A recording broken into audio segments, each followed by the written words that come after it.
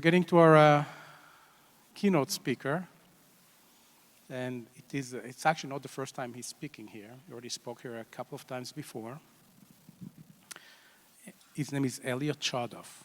He's a political and military analyst specializing in the Middle East conflict and the global war on terrorists. He is the founder and director of Israel Strategic Solutions, a think tank and military training project. His podcast, Conflict Uncovered, analyzes the critical events and ideas of the Middle East and global conflicts. I highly recommend that, by the way. He's posting often. You hear things you'll never hear in media. You get analysis that just make you understand what's going on, and it's very easy to find it. His name is Elliot Chodoff, so you go elliottchodoff.com, and it will take you to the page where he's actually posting his podcasts. He has presented and published papers on numerous subjects related to his expertise. His paper on combat motivation and effectiveness in infantry units has been on the recommended reading list at the U.S. Army War College. His articles have appeared in the Washington Times, the National Review, Front Page Magazine, Times of Israel, and Jerusalem Post, just to name a few. Elliot was the founder and senior editor of Mid-East On Target, an e-journal and newsletter. He is a major in the Israeli Defense Forces. I have to salute him because I'm only a captain. And is a graduate of the Homefront Command Senior Commander's course. He served most recently as the population officer of the IDF Northern Command. In October 2023, he was called up for a month as an advisor to the Gaza division in the aftermath of the Hamas attack. Elliot is an expert in infantry weapons and tactics and has taught courses in fieldcraft and tactics to infantry and paratroop officers. He received the IDF Homefront Command Outstanding Officer Award in 2006. That means he's not young anymore. Elliot is a graduate of the Ramaz School in New York. He received a BA with honors in sociology, as well as a BS in biological sciences from the State University of New York at Stony Brook, and an MA in sociology from the University of Chicago. He was an adjunct lecturer at the University of Haifa for 25 years. Actually, I went to one class to see him. I was in Israel. I knew he was lecturing, and I just showed up. It was really fun. I wasn't a student, but he let me in. And was a Bornblum-Lemsky visiting scholar at the University of Memphis for the spring semesters 2007, 2008, and 2009. An educator for over 40 years, he has lectured to a wide range of audiences and programs in Israel and abroad. He teaches and lectures on the topic of the Middle East conflict, terrorism and responses, military thought and strategy, the military aspects of international conflict, Arab-Israeli relations, the sociology of modern Israel, and the history of Zionism. The reason I'm listing all that, you're going to hear him talk today about one thing. He can talk about so many other things. I can listen for him forever. He's also a frequent contributing analyst on TV, news, and programs, both in Israel and the US. He moved to Israel in 1983 and is a founding member of Eshchar, a community village in the Galilee, where he resides with his wife, Shoshana, and their son, Matanel. Yeah, Matanel called me uncle. He liked it when we bring him gifts. A licensed tour guide, he also leads educational tours throughout Israel.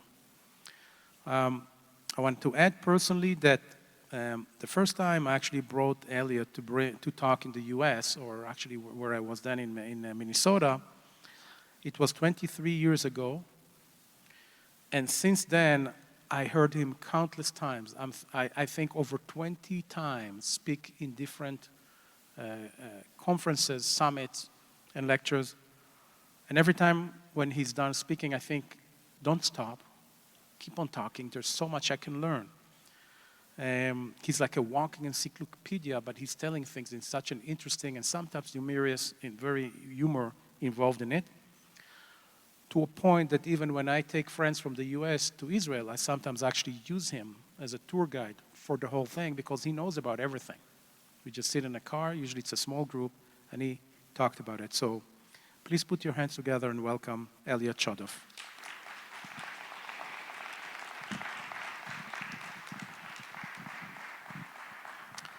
He did give me a mission that I don't know what to do. He told me, when I'm getting close, when I have 5 minutes left, give me a sign. So if you see me making a sign, you know why. I'm not trying to be a, oh, here, yeah, Kathy's going to do maybe the thing, right? Thank you. I think somebody has a laser on me. Thank you, Elon. Some of that was true. I should mention that my son, Matanel, that Elon was referring to, is 5 years old. He's why I still do reserve duty. But I want to start actually with a conversation that I had with my oldest son, who's also a reserve major in the IDF, the infantry, a few months after October 7th. And he said, you know, Abba, you know, Dad, an upside, and we have this kind of, we have a great relationship with sort of weird sense of humor, because how can you have an upside? So, you know, kind of an upside of the aftermath of October 7th is it simplified things. It's really easy to tell who's with the Nazis and who's against them. And I want to break that down for a moment before I go into actually what happened and is happening in Israel. First of all, I know today it's very much in vogue in the United States. If you don't like someone, you call them a Nazi. That's not what I'm talking about. Hamas draws its ideology directly from the Nazis, as does Hezbollah, as does Iran, as do all the radical Islamist jihadis that we face around the world today. Actually, the book on the subject, the book, is written by a very dear friend of mine named David Patterson. It's called A Genealogy of Evil. It's dedicated to me, but it's still a good book. It came out of conversations that we had over a couple of years. And he's a Holocaust scholar, and he actually learned Arabic to read Mein Kampf in Arabic and show how they drew from Mein Kampf and other German Nazi literature. So Nazi is Nazi. Now, why is it easy now to tell the Nazis from those who are with and those who are against? Because when you think about it, and I'll talk about some of the criticism that Israel's faced and how nonsensical most of it is. If you think about World War II, the European theater, if you stop to think about it a moment, you understand World War II is about the Nazis, not about the Allies. The Allies happened to show up to stop the Nazis. If not for the Nazis, there wouldn't be a World War II. And I'm a student of that war. I can write all sorts of critical things about Allied performance of one type or another, but that's not what the story is about. And by the same token, when we talk about what has gone on and what is still going on in and around Israel, I can also, and I'll give you some of it tonight as well, be very critical about our side. But that's not what it's about. So what I want to do tonight in the time that I have, and Elon is right, I mean, if you give me till breakfast, I'll do it, I don't have a problem, is talk about October 7th, how we got there and what went wrong, what went right, because believe it or not, there are things that did go right, and it's hard to talk about those in sort of the context of that level of catastrophe. How we got to where we are today, literally today, and yesterday 3 more hostages were released in an exchange. Hopefully we'll get the rest of them out. Other things happened today. The United States finally delivered the aerial bombs, the 2,000-pound Mark 84 bombs that had been withheld for many, many months. They arrived today in Israel. So things are literally happening as we speak. And you might have noticed I'm checking my phone periodically before I came up here. That's because when you speak about the Middle East today, you have to know what happened as of 2 minutes ago. Because otherwise you can look really foolish. So October 7th. October 7th was a tectonic earthquake in Israel. And as you know, and I'm not going to go into the extreme graphics of what happened, but at 6:30 on the morning of October 7th, it was a Shabbat, the Sabbath, it was Simchat Torah, the last day of the Jewish holiday season, the fall holiday season. At 6:30 in the morning, Hamas launched a savage attack on southern Israel. Proceeded with a rocket barrage and then followed it with 6,000 terrorists entering southern Israel. And all I'll say about that, and I say this hyphenated, they murdered, they raped, they kidnapped, they mutilated, and they stole bodies. In other words, every ghoulish thing you can possibly think about, they did. They destroyed communities, they murdered over 1,200 people, they took over 250 hostages, and they did things that were simply unspeakable, but not unimaginable. They did everything humanly imaginable. As bad as it was, and it was a catastrophe, as horrific as it was, and it was horrific, it was the deadliest day in Jewish history since the Holocaust, and it was the worst failure of the IDF in its history. And that's important for us to understand. The IDF, one of the best armies in the world, unquestionably. And I say this as somebody who's been an officer since 1985. So I criticize from within with love, but total abject failure. Elon mentioned I was called up to advise the Gaza division, which is the division responsible for that area.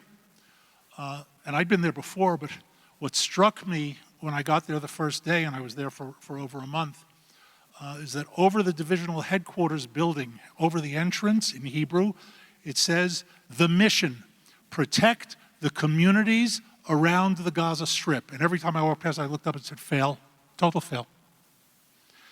And that raises the question, how do we get there? So I can give you some details. The IDF stripped down its strength over the years. It did. We believed that there never was going to be another war. We over-relied on technology. You know, technology is the great be-all and end-all, and Israel, high-tech, startup nation. Full disclosure, I'm low-tech. I am devoutly low-tech. I navigate with the sun, the moon, and the stars. Compass on a bad day. GPS and I have a hate-hate relationship. Every time there's water on my screen, it says turn that way into the water. Technology is important, it should be used. I'm being a bit facetious. But when you over-rely on it, you will fail. And when you over-rely on it and your enemy understands it, you'll fail even worse. Because how did Hamas, Yahya Sinwar, the late and unlamented leader of Hamas in the Gaza Strip, now his brother Mohammed Sinwar is the leader in the Gaza Strip. We're going to do a family reunion soon enough. How did he beat Israeli technology that was listening in on everything, checking his emails every day, checking his text messages? How did he beat it? With a super scrambling code? No. He sent his messages by writing them by hand on notes and giving them to people and deliver them. So he went dark. But it wasn't the intelligence failure. I'm sure you've heard about it. It was a surprise attack if only we had known. So let me tell you something else as somebody who's been an officer for many, many decades. You never really know. If you're not prepared for what you don't know, you're going to fail. And we were not prepared for what we didn't know.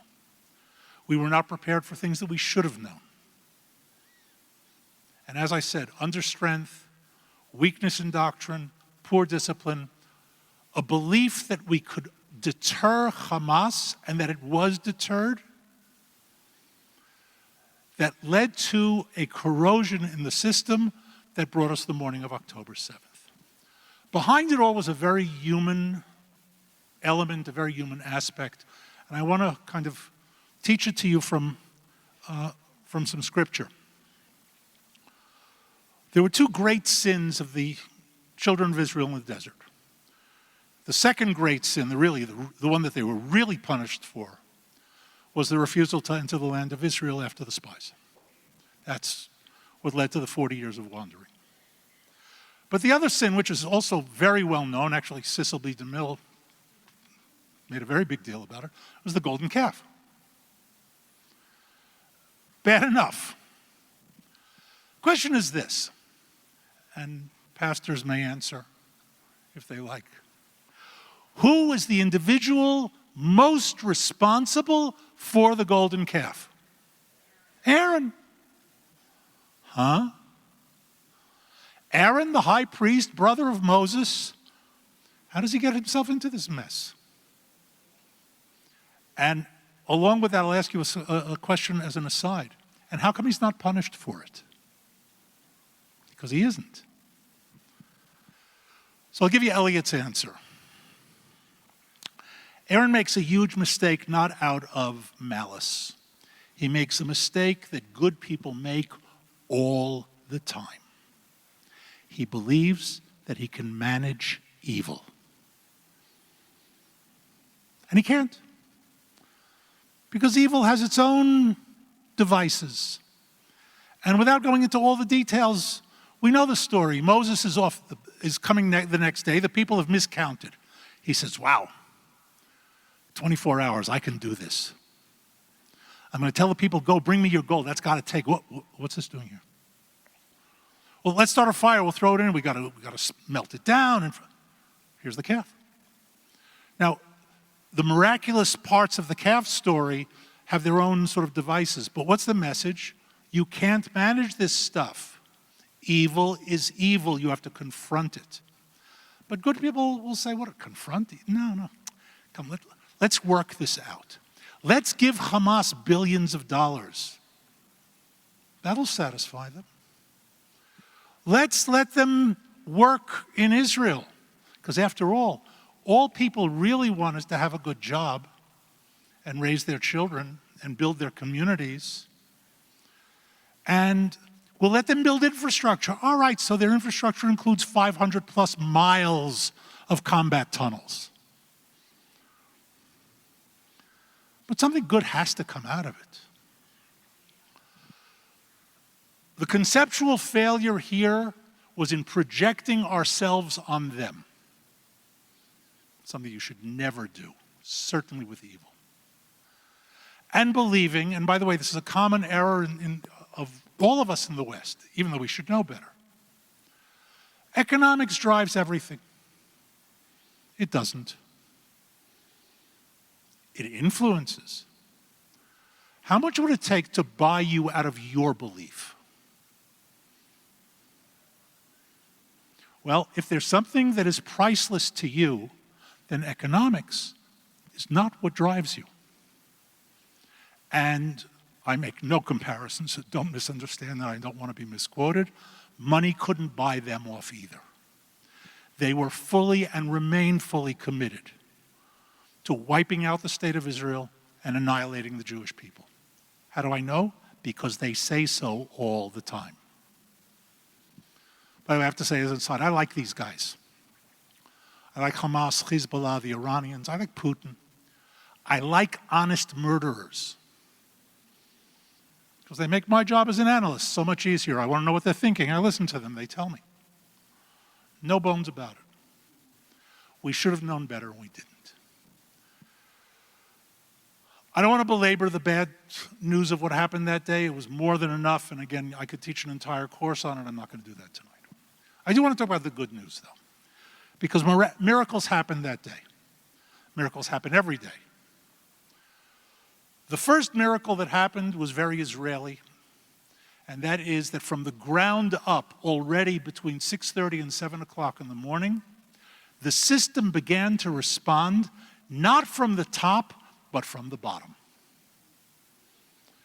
Israelis, reservists, regulars who were home because it was Shabbat and holiday, heard about it and started rushing to the sound of the gunfire.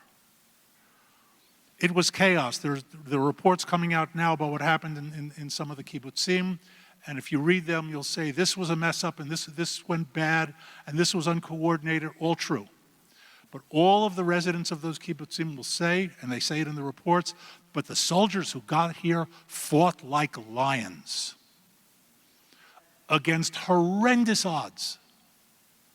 6,000 terrorists, and there were 6,000 in the entire area. There were cases of hundreds of terrorists being confronted by a half a dozen Israeli soldiers who did not give ground. They rushed to it. Orders started to come through, more units started to move there. There was one case, it's out there, it's not very well publicized, of an infantry company commander, regular army, with his company, stationed not in the far north where I live, but in the northern part of the country. Couldn't get vehicles to get down there. He calls the Air Force and says, I need helicopters. It was an airborne company. I need helicopters to get my guys down. They said, we don't have any helicopters. It's holiday, we don't have pilots. Not to be deterred, he picks up the phone and calls a friend of his who's an Air Force helicopter pilot. And he says, I need your helicopter. And the pilot says, well, I don't have orders. He's like, but I need to get down there. And he says, okay. Now, he doesn't exactly steal the helicopter. Steal is such an ugly word. He borrows it. Now, you got to understand, in the military, if I take a car and I don't fill out the form correctly, I can be court-martialed. He did that to a helicopter. And he flew the guys down there. And with that, the Hamas terrorists begin to see some pushback. Now, in some cases, it took many, many, many hours. But they didn't get anywhere near what they originally planned. And that's also something for us to consider. As horrific as that day was, their plan was for it to be 5 times worse.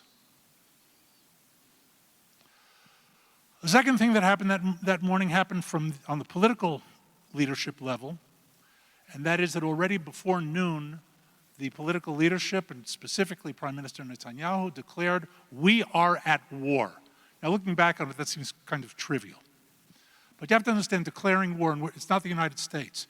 There's no congressional declaration. The executive has the authority to make that declaration. We are at war has political ramifications, economic ramifications, social ramifications, military ramifications, and it's not done so readily. Just to give you an example, in 2006, in July and August, we fought a 34-day war with Hezbollah. July, August 2006. The government declared that fight a war in March 2007. You with me? Fight, July, August 06. They declare it was a war in March 07. And they're also for all sorts of insurance reasons, and I was able to get a ribbon that's somewhere in my office. Okay? So by 10 o'clock in the morning, declaring that it was a war was a major leap. The country had also been divided, racked by protests. I'm not going to go into what was going on in terms of the why and the wherefore. The government was making decisions. There were a lot of people who opposed it. Demonstrations growing in size almost on a daily basis. Calls from the demonstration leaders for reservists not to show up for reserve duty. And before noon on October 7th, the leaders of those demonstrations got up and said, demonstrations are over. If you get called, you go. Okay, so already the country began to turn around. By Sunday, October 8th, we had won that battle. And that in and of itself is semi-miraculous. Because to defeat an enemy of 6,000, utterly, thoroughly, and totally, and here I can say, I don't want to overstate it, I can't honestly say that not a single terrorist was left, but not a single operating terrorist was left by the afternoon of October 8th.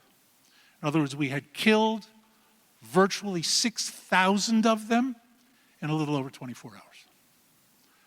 Naturally, a few got back to Gaza with hostages, and there were a few still running around in the sand dunes in the western Negev.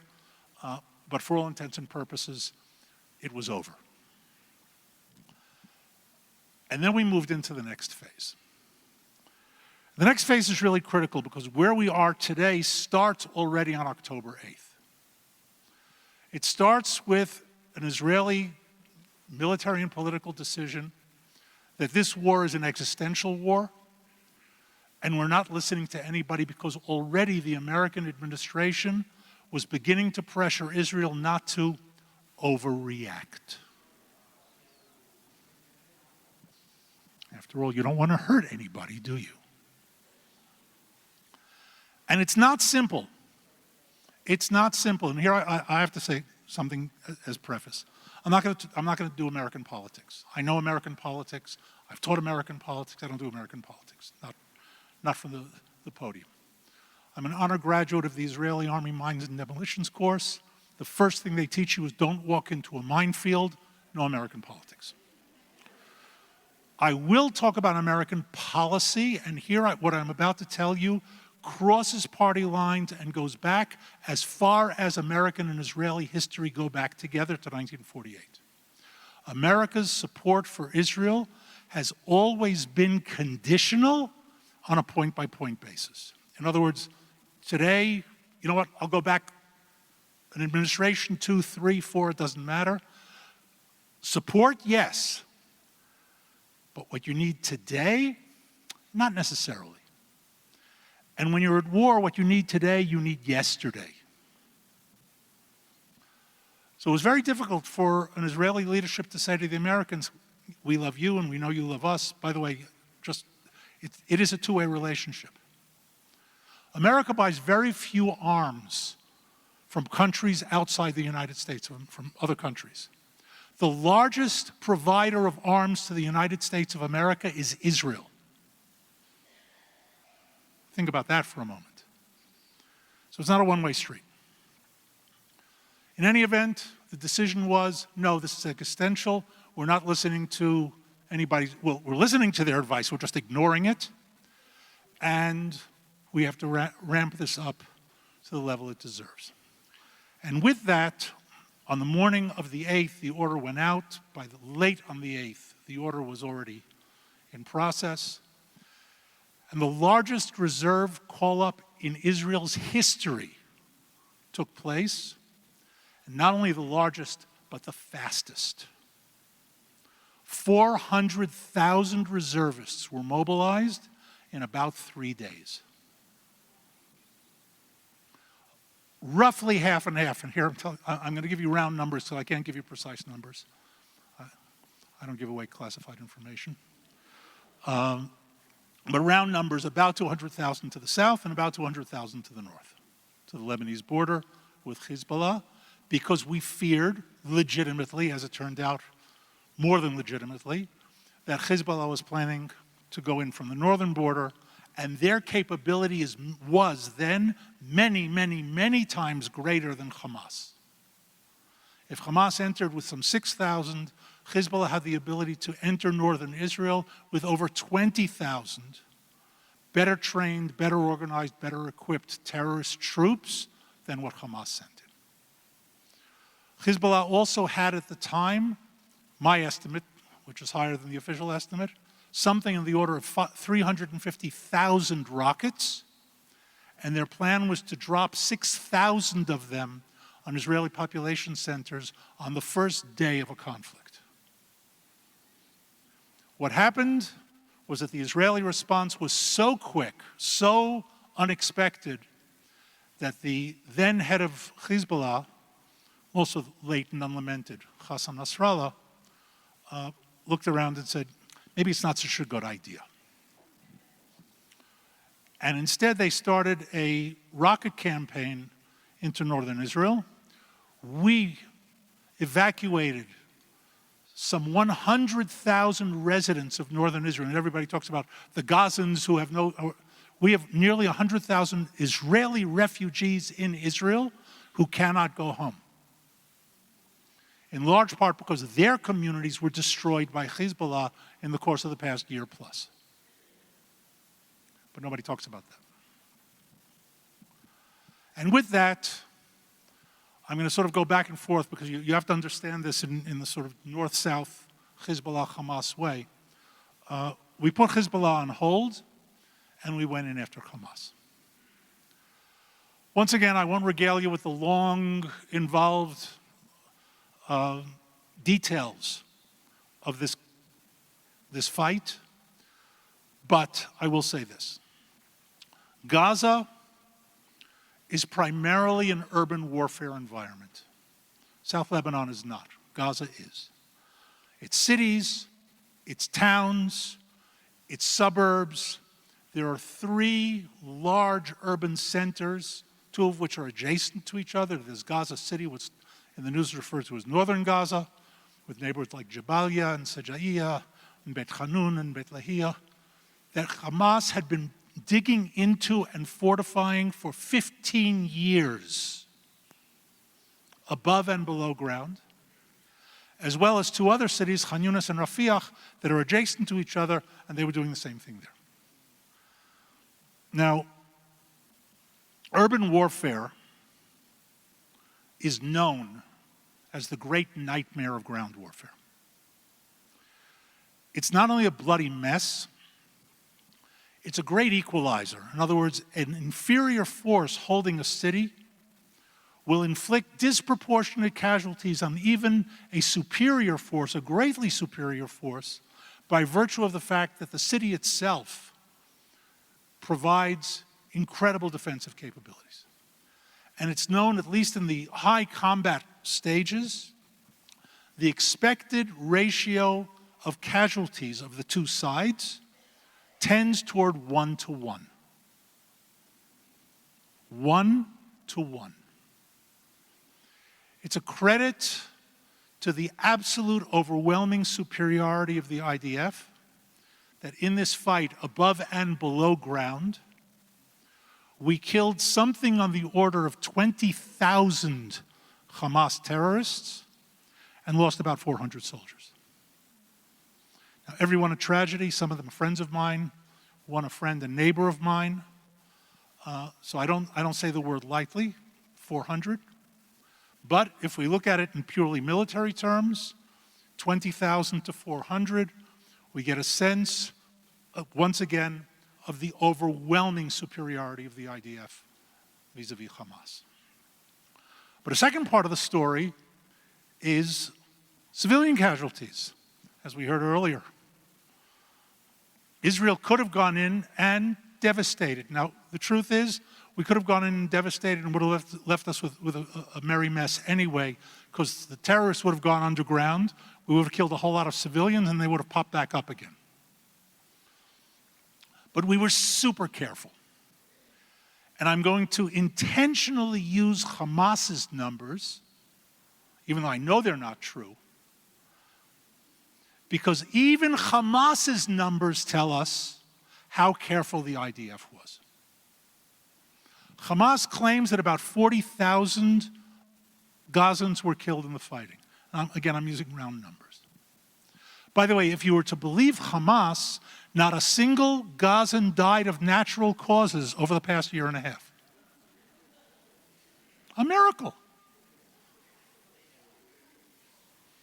All right, so I don't believe it either. They say about 40,000. We know 20,000 were terrorists, which means that the civilian to combatant casualty ratio is about 1 to 1.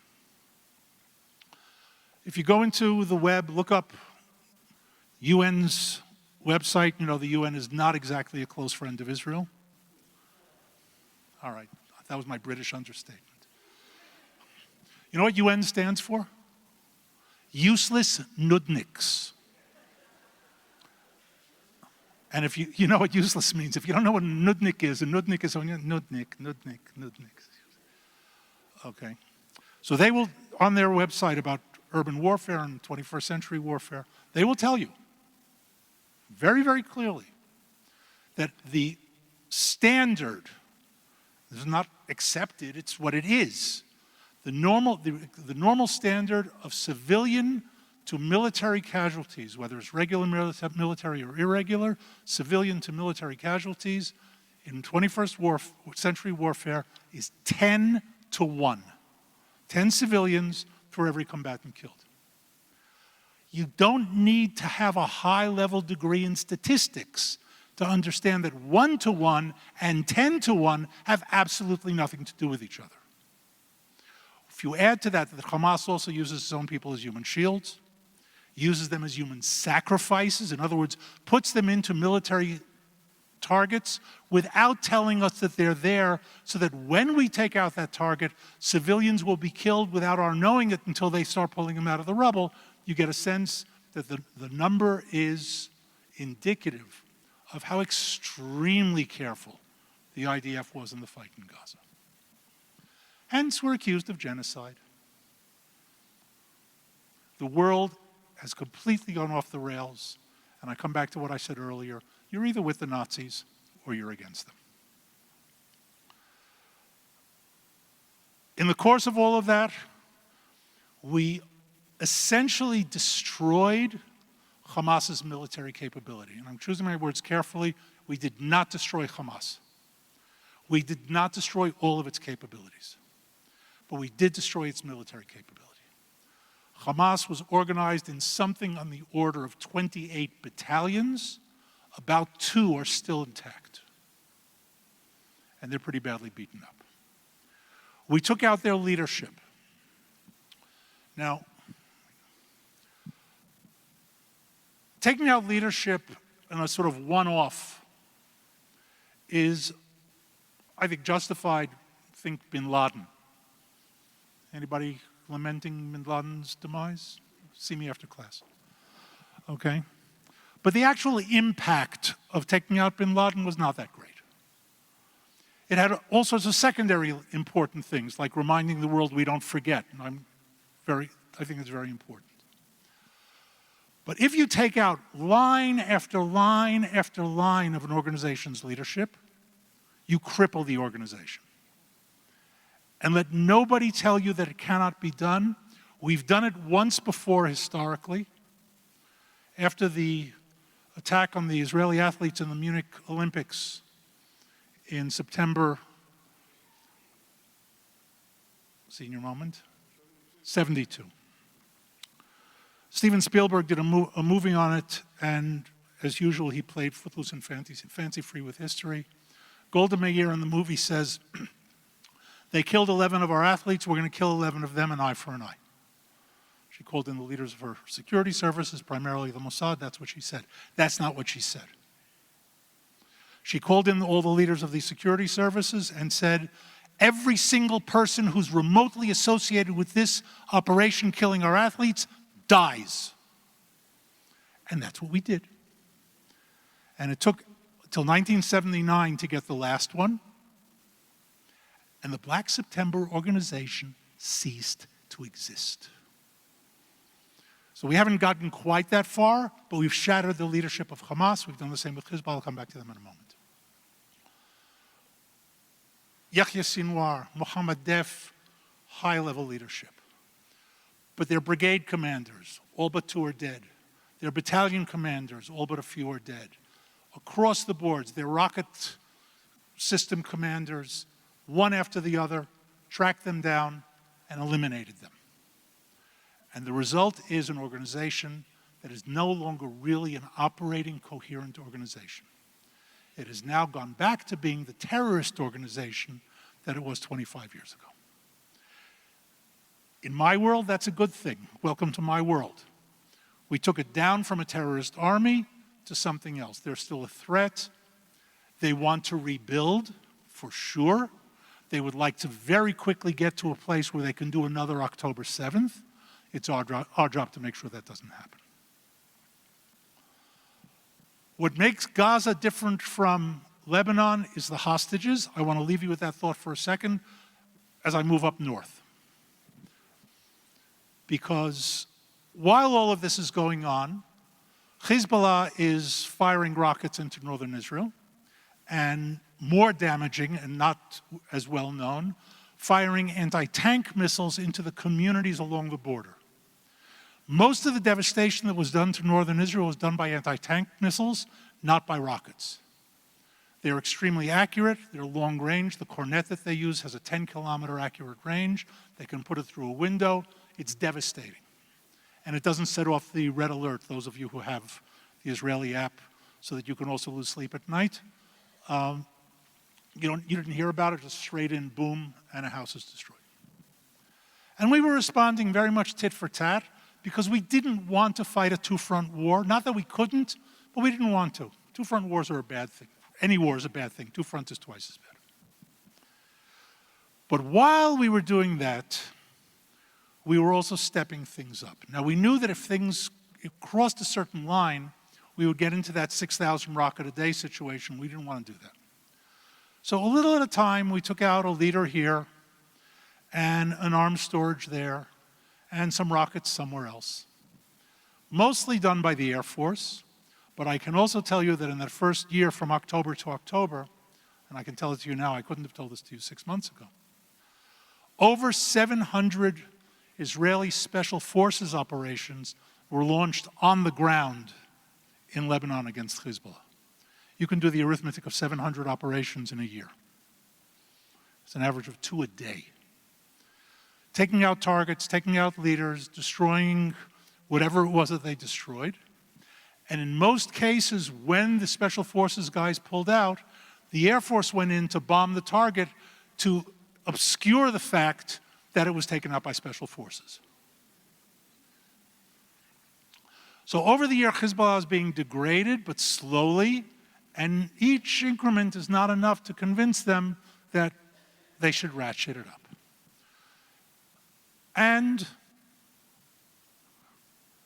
finally, we had the beeper operation. What I call hello, goodbye. Now, the beeper operation, I can't go into all the details because it would take too long, not because it's classified anymore. But the beeper operation was essentially triggered because there were Hezbollah tech guys who were beginning to get suspicious about these beepers that they had actually bought from us. We manufactured them, but we just didn't put Made in Israel stickers on the back. We made a better device than the Chinese. We sold it to them for cheaper, and it had a no extra cost option of explosive attached to the battery. What made this operation so brilliant was its precision and its devastation, because anybody carrying a beeper was already in the command echelon of Hezbollah. In other words, it was here, there were the New York Times, I don't even know why I read them, yet keep my blood pressure up. Okay, the New York Times called it an act of terrorism. It was antithetical to terrorism. It was a precisely targeted operation against legitimate targets. If you're carrying a beeper on that day, it's because Hezbollah believes that you're important enough to be on the network, including, by the way, the Iranian ambassador to Lebanon. And to make sure that it didn't just happen to go off, a message was sent first so that whoever had it would press a button, pick it up, and not have it on a shelf or in a desk or something like that. And that, of course, maximized 6,000 beepers, 6,000 targets in one day. And then on the next day, we did the same thing with their communicators, with their walkie-talkies, which was even more, had higher impact, because beepers were given out to lots of people. The walkie-talkies were much more selectively distributed.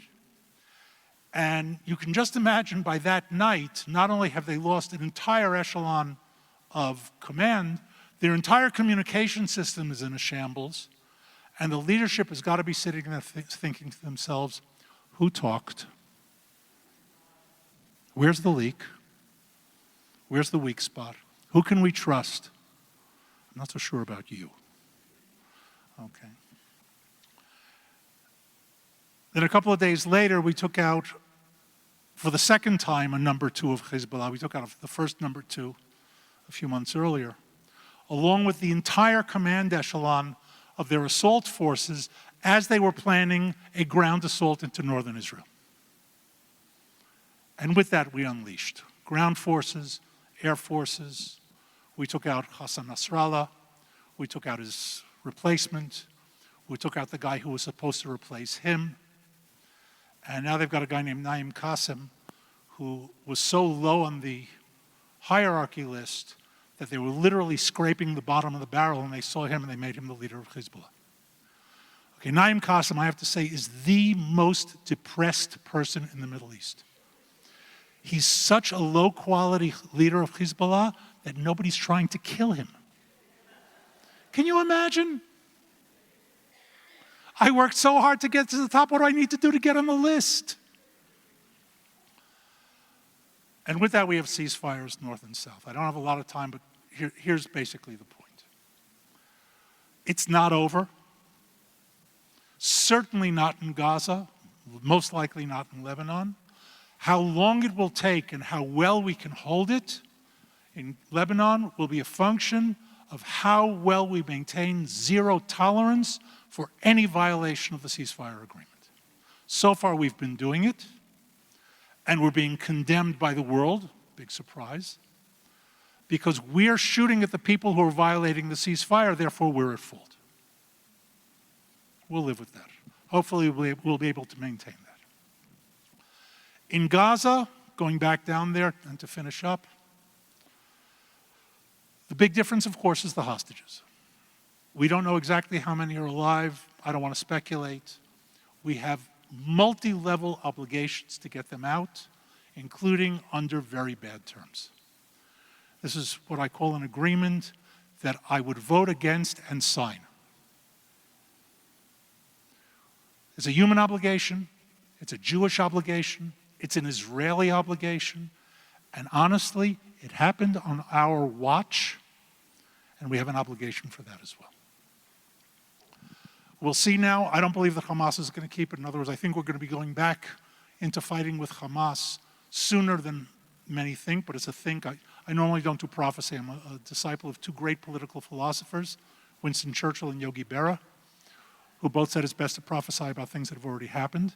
So I don't want to go too far forward on this, but I do believe Hamas's perpetual violations will eventually reach the point where we're going to say, okay, enough is enough.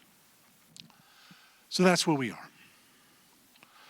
I want to conclude with something sort of a little different, but related. And actually to pick up from some of the things that Cheryl said. We are in unprecedented times in our history in terms of the relations between the Jewish people and Christians. I say and Christians because, as you know, it's not and all Christians. And there's a spectrum. But, and I know you'll be shocked, this was prophesied. Now, in order to do this properly, I'm going to do this in Hebrew. How's your Hebrew? I'm going to do it in English, but what I pulled up now is the Hebrew. So if what I say to you in English doesn't match what you perhaps know, this is the new Elliot version, not, okay. In order to understand what I'm about to say, you have to understand first the importance of doing this in Hebrew, even though I'm going to do it in translation. We all know what the Word of God is. In Hebrew Scripture, it's the words of God. And that's one of the things that makes the Hebrew the Hebrew. And of course, God, being God, isn't limited in the use of words. God can use one word and tell you 70 different things simultaneously that you won't be able to express except in sequence, and you probably won't do it as well. So what I'm about to tell you has to do with a word that is a cognate. There's a play on words here, and if I had done what I'm about to say tonight 20 or 30 years ago, it would have had no relevance to anybody whatsoever. There's a word in Hebrew, notzrim. If you look it up, it'll tell you it means Christians. Notzrim are Christians. It comes from the root that has to do with a shoot, prophecy, leave it. The word notzrim appears twice in Hebrew Scripture. What you call the Old Testament, I don't call it that for a whole bunch of reasons. Twice. Which kind of makes sense if you think about it, because it appears in Jeremiah, because he wrote, his prophecy preceded Jesus by about 600 years. The Hebrew word notzrim is related to the word notrim, and the T and TZ sounds in Hebrew are somewhat interchangeable. Notrim are guards, people, the guardsmen of a city or of fields or whatever. Now, the first verse that refers to notrim, and I'm going to say the word notrim in Hebrew so that you understand that I'm saying Christian and guard at the same time.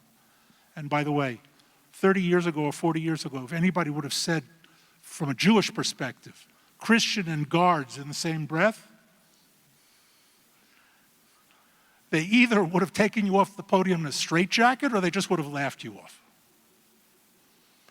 So the first verse is from chapter 4:17. It says, "Remind the nations that here they will call out over, the Notzrim will call out over Jerusalem, coming from lands that are distant, and they will raise their voice over the cities of Judah."